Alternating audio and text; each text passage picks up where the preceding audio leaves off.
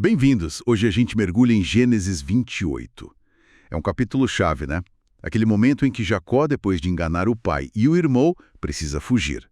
Uma situação de pura tensão. Exatamente. E a gente vai usar comentários, sermões e, claro, o próprio texto para entender melhor o que acontece ali. A ideia é explorar essa fuga, a bênção que Isaac dá, a reação meio estranha do Esaú e o ponto alto, né? O encontro de Jacó com Deus em Betel. Uhum. É uma história que mostra muito sobre como Deus age mesmo quando as pessoas falham. E como falham nessa família, né? Nossa, e como? Então vamos lá. A coisa começa com Isaac abençoando Jacó de novo, mas agora parece diferente, né? Agora é pra valer, sem engano. Parece que Isaac se conformou ou entendeu que era esse o plano. Ele instrui Jacó direitinho, nada de esposa cananeia. Tem que ir para Padã Arã buscar parente. Isso, para preservar a linhagem da promessa. E olha que interessante, ele invoca El Shaddai, Deus Todo-Poderoso. É um nome de Deus ligado a superar obstáculos, sabe? Tipo, garantir a promessa de muitos descendentes e da terra, como foi com Abraão. Faz sentido. E a Rebeca?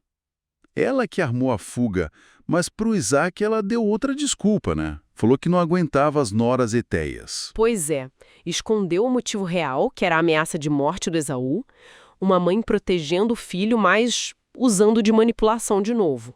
É complexo. E essa bênção vindo do pai, justo na hora da fuga, deve ter dado uma força pro Jacó, imagino. Ah, com certeza. Ele tá fugindo, sozinho, com medo.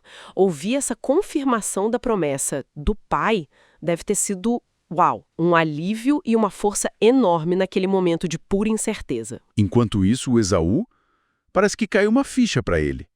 Ele nota que os casamentos dele não agradaram os pais. Ele percebe, mas a reação é bem superficial. Ele pensa, meu pai não gostou das cananeias, Jacó foi buscar parente, vou fazer parecido. E aí ele casa com a filha de Ismael. Exato. É parente, mas não é da linhagem que Deus tinha escolhido para a aliança principal. É tipo, ele tenta dar um jeito, mas sem entender o fundo da questão, sabe? Ele continua com as outras esposas, né? As cananeias. Continua. Isso mostra que não foi um arrependimento de verdade, nem um entendimento espiritual. Só reforça aquele jeito dele, meio profano que a Bíblia fala, de não dar valor às coisas de Deus a longo prazo. Ele perdeu a primogenitura por um prato de lentilhas, lembra? Verdade. É um padrão mesmo. Aí Jacó parte. Sozinho. A imagem dele dormindo no meio do nada, com uma pedra de travesseiro. É de cortar o coração, né? É de uma solidão, uma vulnerabilidade imensa. Mas é justamente ali, naquele lugar improvável, de dificuldade, que acontece o extraordinário, o sonho. A famosa escada de Jacó, que talvez nem fosse uma escada comum, né? Alguns falam em zigurate, aquelas torres da Mesopotâmia. Pode ser. A imagem principal é essa, algo ligando a terra e o céu. E os anjos subindo e descendo. Isso fala de uma comunicação ativa, constante, da providência de Deus cuidando de tudo. Uma conexão. Uma conexão. E, teologicamente, muitos veem aí uma figura de Cristo, né? Ele como o mediador perfeito, a ponte que Deus estabelece para chegar até nós. E Deus fala com ele ali, direto. Sim, se apresenta como o Deus de Abraão, de Isaac, o Deus da aliança, e reafirma tudo. A terra é sua descendência vai ser como o pó da terra, e por meio dele, todas as famílias serão abençoadas. As promessas da aliança. Isso, mas o que deve ter batido mais forte para o Jacó naquele momento, eu acho, são as promessas pessoais. Deus diz, olha, Jacó, eu estou com você. Uau! Eu vou te guardar por onde você for. Vou te trazer de volta para cá. Não vou te abandonar. Pensa, para um fugitivo ouvir isso.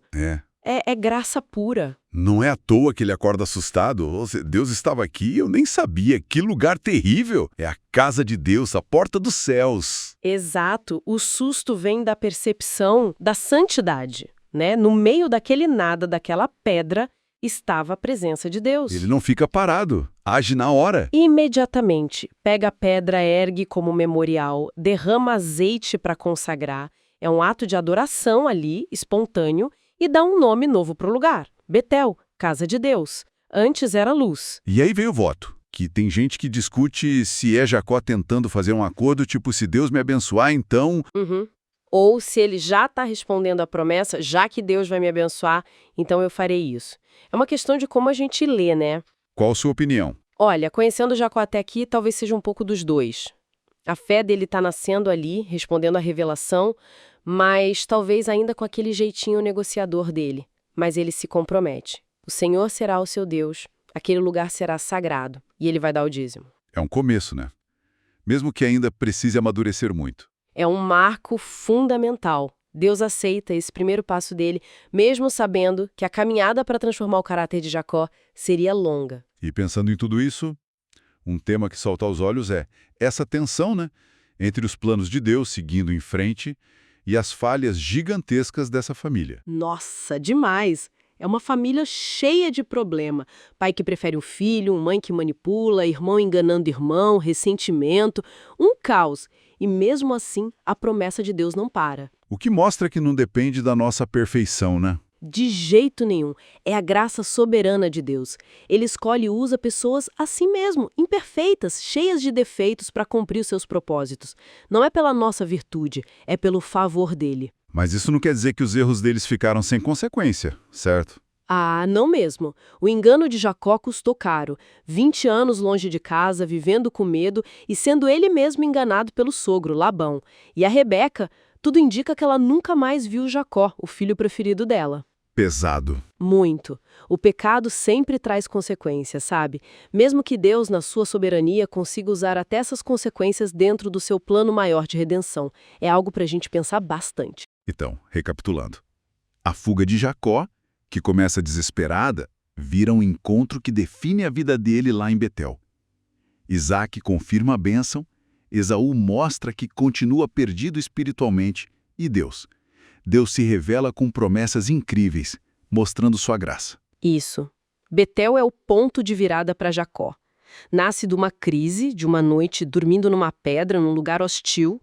É dali que começa a transformação dele, mesmo que leve muito tempo. E fica a pergunta para a gente refletir, né?